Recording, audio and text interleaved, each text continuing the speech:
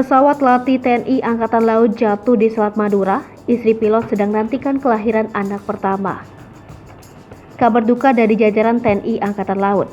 Pesawat latih TNI Angkatan Laut jenis G-36 Bonanza T-2503 jatuh di Selat Madura, Jawa Timur, Rabu 7 September 2022. Pesawat tersebut mengalami lost contact dan diyakini jatuh di perairan wilayah antara Bangkalan, Madura, dan Gresik. Dari Bandara Juanda, pesawat lepas landas dengan rute Sub-Armada Lock Area sub pukul 8.45 waktu Indonesia Barat. Pesawat dinyatakan hilang kontak pada pukul 8.55 dengan posisi di antara Bangkalan dan Gresik. Pesawat Bonanza jatuh saat melakukan latihan bersama unsur kapal perang Republik Indonesia di jajaran Komando Armada 2. Dalam latihan itu, pesawat Bonanza disimulasikan sebagai penyerang. Kadispen Koarmada 2 Letkol Asep Ardiansyah mengatakan ada 2 kru yang berada di alam pesawat latih pabrikan Amerika Serikat tersebut. Mereka adalah pilot Letu Laut Yudhistira Eka Permadi dan kopilot Letda Laut Dendi Kresna Bakti.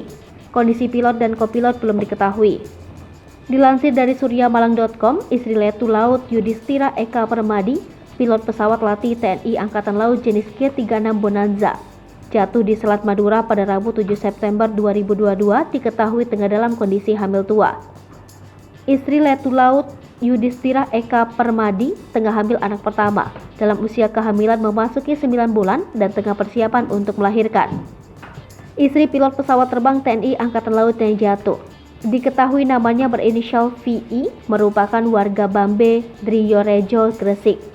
Rekan dinas Letu Laut Yudhistira Eka Permadi yang hilang kontak seusai latihan perang di Koarmada 2 mulai berdatangan di kediaman sang pilot, Jalan Patia Raya, Bambe, Driorejo, Gresik, Rabu 7 September 2022 malam. Beberapa di antara mereka tampak mengenakan seragam dinas harian berwarna biru tua, sedangkan beberapa orang lainnya tampak berpakaian baju dinas pilot tempur berwarna hijau tua.